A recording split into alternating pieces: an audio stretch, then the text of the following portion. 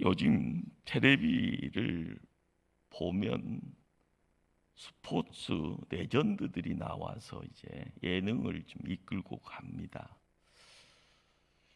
2002년 월드컵 4강 시나리오 아십니까? 그때 생각나는 인물이요, 안정환이라는 미남 스포츠 스타입니다. 저도 이제 서울에서 부목사 시절입니다. 오필승 코리아 사람들 다 이제 거리로 나가고요, 8차선에 막 빵빵 거리면서 함께 방방 떴던 한국 땅 자체가 들썩거렸던 그 감동, 지금도 저에게는 있습니다. 특별히 이제 8강전 이탈리아전에서요, 전반 후반 이제 패색이 짙어지는 이 후반전, 설기현 선수가요 동점골을 이제 만들어냅니다. 연장전으로 들어가서 안정환 선수가요 헤딩으로 역전골을 연출하지요. 한국인이면 누구나 함께 즐거워했던 추억의 한 장면입니다. 축구의 변방이라고 이야기됐던 한국이 이탈리아를 이겼다는 사실 하나만에 한국 사람이 누구나 함께 즐거워했던, 한마음으로 기뻐했던 기적 같은 사건입니다. 이런 어떤 연장전의 이 대반전을 이룰 수 있었던 비밀이 무엇이었을까? 기자들이 막 찾아가는 가운데요, 이야기되어지는 내용이, 그 역전승의 이 묘미, 뒤집게 그 감동을 누구로부터 시작하는가 봤더니 히든크 감독이라는 한 인물을 만들어냈습니다. 영웅이 되었죠.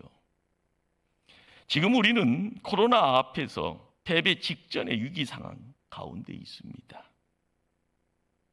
우리는 히든크 감독 대신 보다 더 위대하신 예수님이 우리의 대장이라는 것, 그걸 붙잡고 세움받아야 될 줄 압니다.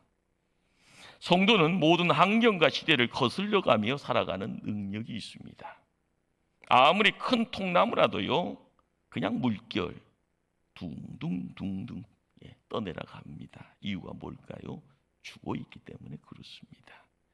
그러나 살아있는 피라미도요, 물결을 거슬러 올라갑니다. 마찬가지로 믿음이 죽어있는 성도는요, 그냥 세상 물결에 떠내려갑니다. 그러나 믿음이 살아있는 성도는 그 환경에 굴하지 않고 그 환경에 역류합니다. 시루를 거슬러 살아갑니다. 모든 악조건을 뒤집고 살아갑니다. 넘어질 듯하나 상황을 반전시키고 역전시켜 승리합니다. 오늘 본문 빌립보서는요, 기쁨을 주제로 한 바울의 편지입니다. 무엇이 우리의 기쁨을 빼앗아 가는가라는 그 문제를 오늘 본문에서 다루고 있습니다.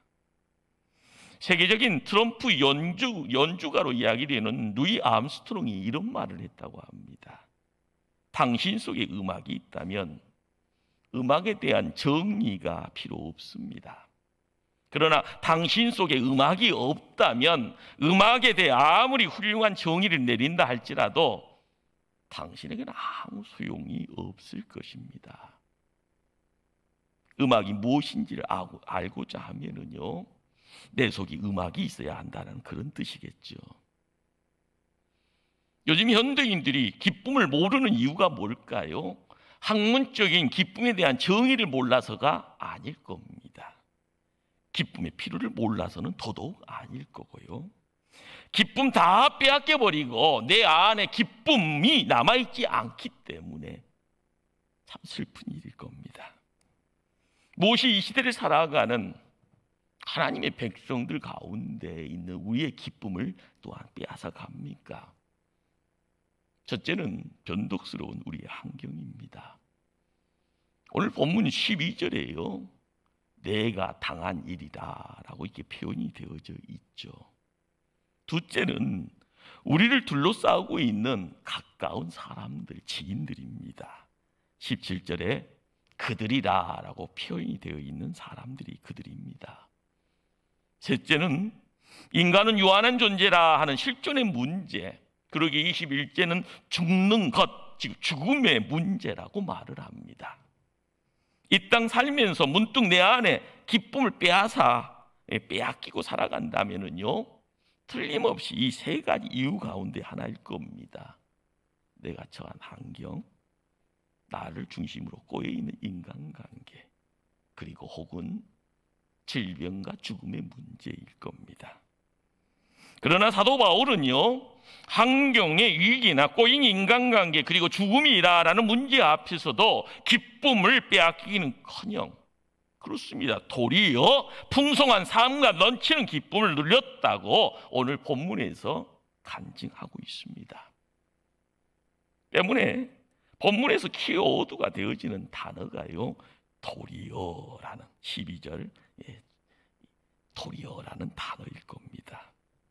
모든 문제를 뒤집어 행복으로 바꿀 수 있는 능력이 여기 있습니다.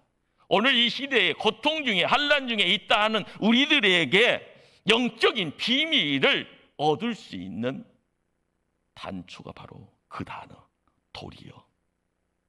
우리는 이 영적 능력을 소유해야 될 줄 압니다.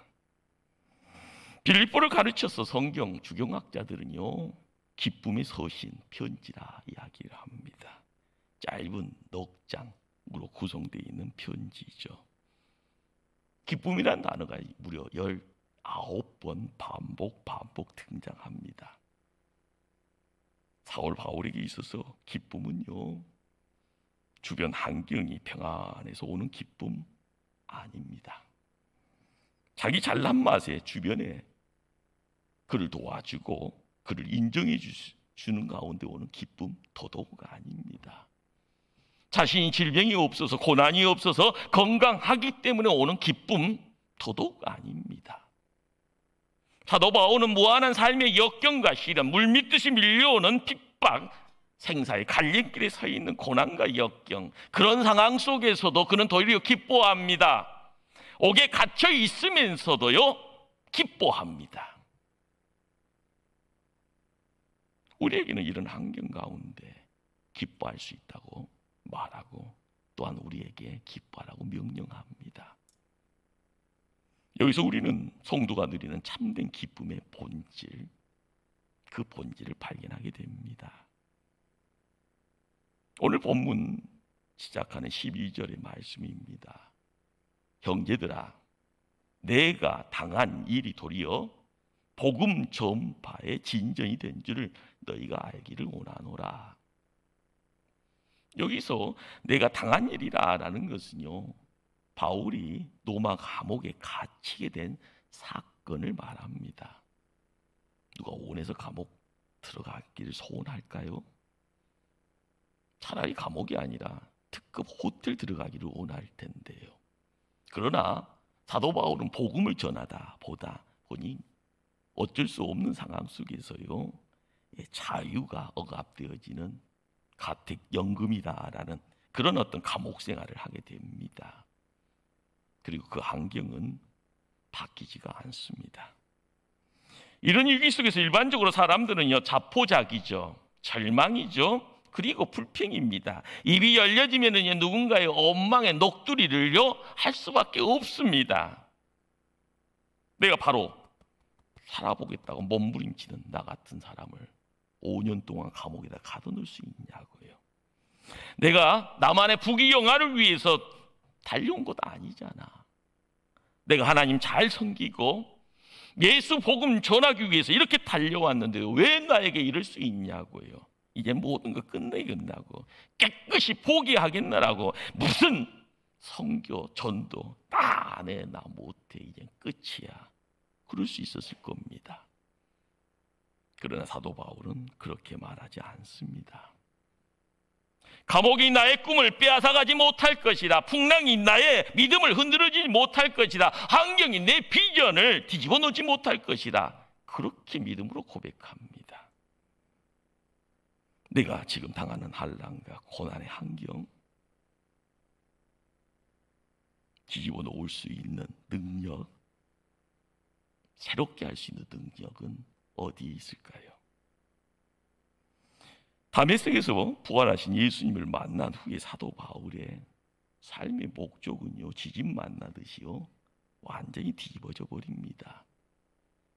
이전 것 다 내려놓고요 새롭게 삶의 목적을 복음 전파라, 이방인을 향하여 택한 나의 그릇이다라는 그 부름 앞에 복음 전파로 묶여갑니다. 그렇죠. 그런 복음 안에 있으면은요 그것이 고난이든 평안이든 상관이 없습니다. 호텔에서 기름진 밥을 먹느냐 못 먹느냐, 사업을 하면서 돈을 버느냐 못 버느냐, 내가 지금 고생을 하느냐 대접을 받느냐, 내가 소위 직세를 하느냐 못 하느냐의 따위가요 도무지 안중에 없어 보입니다. 단지 사도 바울 믿음으로 예수 안에만 있으면 된다고 합니다. 때문에 바울은요 감옥에서 벗어나게 해달라고 기도하지 않습니다. 출세요 성공요 안위를 위해서 기도하지 않습니다. 로마서 8장 28절에요 무슨 고백이 있습니까? 하나님을 사랑하는 자 곧 그 뜻대로 부르심을 입은 자들에게는 모든 것이 합력하여 선을 이룰 것이니라. 그렇습니다.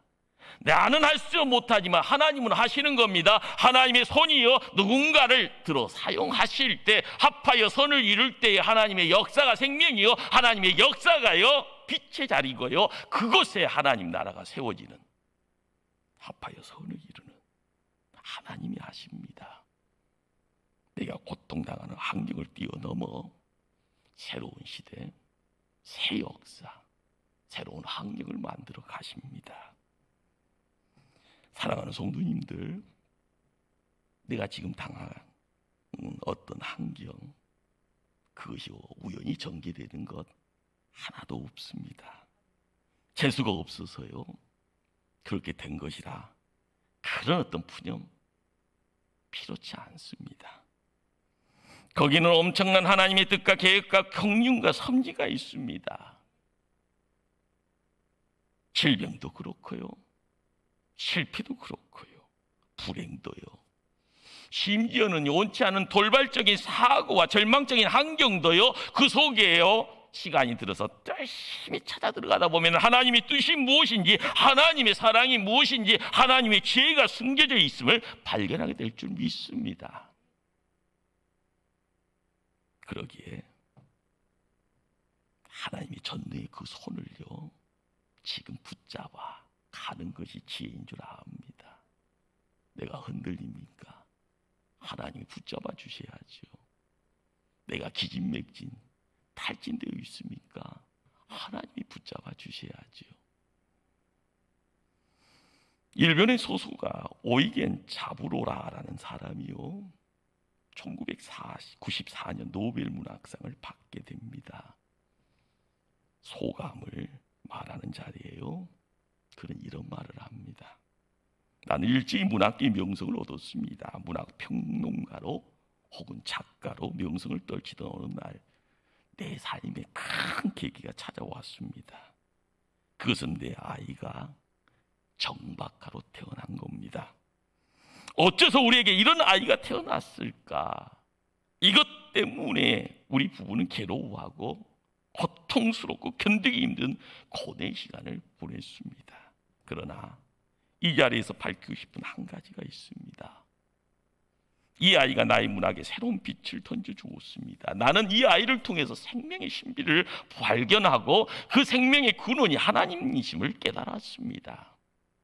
따라서 나는 이 아이를 통해서 새로운 소설의 빛을 발견하게 되었고, 그로 말미암아 정박과 히로키, 그 아이는 나의 문학의 스승이 되었습니다. 내 글 속에 생명이 살아 꿈틀거리는 그 힘은 바로 내 아이 히로키로부터 온 것입니다 라고 그렇게 고백합니다.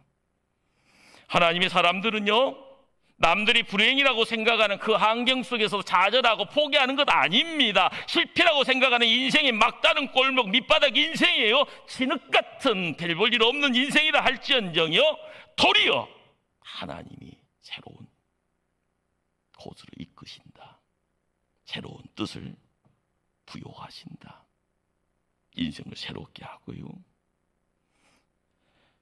불행과 실패의 환경을 뒤집는 대반전의 시작을 하나님 하실 겁니다. 그리고 나서 그 드라마의 주인공으로 우리를 세워주실 겁니다. 우리의 행복을 위협하는 두 번째 요인이 사람이라 말씀드렸습니다. 우리가 살면서요, 인간관계가 잘못되었다라는 거 종종 경험합니다. 큰 이유 없이요, 나를 비난하는 사람이 모습 드러내면 황당하지요. 콩깍지 끼워서요, 결혼식 했고 천년만년 갈질하더니 어느 사이에 콩깍지가 벗겨져 버려서 갈등이 시작됩니다. 기도로 잘 양육했건만 자식이 뿔이 나서 그런가 엄마 아빠한테 대듭니다. 살다 보면은요, 누군가 도저히 용서할 수 없는 사람들이 불쑥불쑥 등장해서 나를 힘들게 할 때마다 내 입술까지 더러워집니다. 이런저런 사람들 때문에요, 찾아오는 낙심, 그 낙심 경험해 본 적 다 있을 겁니다. 환경의 위기보다요 더 한층 어렵고 복잡한 것이 인간관계 위기입니다. 심지어 현대인들의 간질환과 위장병들이요, 어떻게 보면 인간관계의 뒤틀림 속에서 온다고 하지요. 그러다 보니까요, 병원 가서 가장 많은 금전 질출의 어떤 내용들 숨겨져 있는 가장 큰 질환이요, 정신병에서 오는 약물들이라고 합니다. 인간관계 위기는요, 모든 이들의 기쁨을 빼앗아 버립니다. 주변의 환경을 삽시간에요, 어둠의 세상 바닥치게 만듭니다. 우리는 그래서 고독해지고요, 우리는 그래서 내 자신이 만든 감옥에 갇혀버리는 그런 상황 속에서 힘들어합니다. 오늘 본문에 16절에 이들이라라는 사람이 등장하고요, 17절에는 그들이라라는 사람들이 또한 등장합니다. 이들은 바울을 따르고 바울을 돕는 사람들입니다. 17절에 나타난 그들은요, 바울을 알죠. 그러나 바울을 이해 못합니다. 그래서 괴롭히는 사람입니다. 차라리 감옥에 있는 바울을 보면서 흐뭇해하는 그런 사람들입니다. 그들 예수 안 믿는 사람 아니죠. 함께 복음을 통하여서 교회를 지키는 지킴이들이었습니다. 단지 바울을 이해하지 못하고 시기하면서 괴롭힙니다. 그들은 그래서 바울이 없는 사이에 자기들의 위치를 교회 안에서 확보하기 위해서 부지런히 일을 합니다. 신기합니다. 그런데 그것이 바울을 괴롭히는 유일한 길이라고 생각합니다. 그러기에 18절에 뭐라고 고백합니까? 그러면 무엇이냐? 거칠이로 하나 힘을 참으로 하나 무슨 방도로 하든지 전파되는 것은 그리스도니 이로써 나는 기뻐하고 또한 기뻐하리라. 너희들 나를 불행하게 만들 수 있다고? 그래, 너희들이 나를 괴롭게 할 수 있는 방법이 이런 것이라고 너희들 열심히 한다. 그런데 그게 도리어 내가 원하는 일이다. 그래서 나는 기쁘다. 나는 더더더 기쁘다 이야기합니다. 너희들이 어떤 방법이든 어떤 동기든지 복음이 전파되어지니 이것이 하나님께 영광이고 이것이 나의 기쁨이다 라고 이야기합니다. 희한합니다. 교회 안에서요, 신앙에 어떤 견고함이 없으면요, 갈등이 있으면 튕겨져 나갑니다. 그러나 믿음의 사람들은요, 버텨야지요, 부모해야지요, 기도해야지요. 바울은요, 모든 하나님의 일이 나만을 통해서 이루어진다는 생각을 안 했습니다. 어떻게 이런 수준까지 갈까요? 심지어 나를 적대하는 사람들을 통해서 이루어지는까지도 기뻐합니다. 왜요? 내 관점이 아니라 예수님의 관점으로 보겠다는 겁니다. 옹졸하고요, 애수한 내 눈이 아니라 사랑 많으신 그 예수의 눈으로요, 야망이 가득 찬 인간의 심장이 아니라요, 측은지시 온 인류를 바라보며 그 영혼을 사랑하는 그리스도의 심장을 가지고 사건을 보고 사람을 보고요, 미래를 보겠다는 겁니다. 우리가 세상 살아가면서요, 갇혀 있다가 하면 끝으로 보입니다. 그러나 밑바닥 한번 쳐봐야지 세상 넓은 것도 알고요, 하나님이 어떤 분이라는 것을 또 피부에 느끼는 그런 부분도 있을 겁니다. 그런데 지금 아니잖아요. 내가 못났잖아요. 스스로 나를요, 패배자 만들어가고 있잖아요. 나와야 될 줄 압니다. 하나님이 아라비아 강야에 사도 바울을 3년을 끌고 간 이유가 뭘까요? 믿음의 사람들, 먼저 된 사도들 앞에 보내면서요, 어떨 때는요, 야, 쪽팔리다 이런 생각 들면서도 더 큰 꿈 꾸게 하신 이유가 뭘까요? 하나님의 역사가 무엇인가? 그것은 믿음의 여정길을 갈 때만 하나님이 주시는 선물인 줄 압니다. 우리의 삶 속에요, 드러나는 대적자들, 그 대적자들로 왼수라고 이야기할 겁니다. 그런데 이전에는 나에게 기쁨 전했던 자가요, 함께 기쁨 나눴던 자가요, 시간 지나서 나에게는 원수되는 경우가 종종 많습니다. 세상에 내 마음대로 안 되기 때문에 그렇습니다. 그러기에 우리가 항상 알아가야 될 것은요, 인간적 생각, 인간적인 동기, 인간적인 계획 가지고 이야기할 수 있는 내용들은 한정되어 있는 겁니다. 그러나 사도 바울은요, 그의 시야를 그리스도에게 맞춥니다. 그것이 믿음이죠. 그리스도에게서 들려지는 소리 앞에 내 자신을 묶습니다. 그러면서 다시 한번 깨닫습니다. 내가 이방인을 향하여 택한 그릇이다. 우리는 매일 점검해야 됩니다. 그 점검의 자미를 통하여서요, 내 믿음이요, 참 믿음 되어질 때 하나님의 기적이 우리의 삶 속에, 우리의 품에 안겨지는 역사가 있을 줄 믿습니다. 세 번째 반전이요, 바로 죽음 앞에 섭니다. 요즘 한 집안을 풍지박산 만드는 최악의 소식은요, 코로나를 통해서 전달되어지는 죽음의 소식입니다.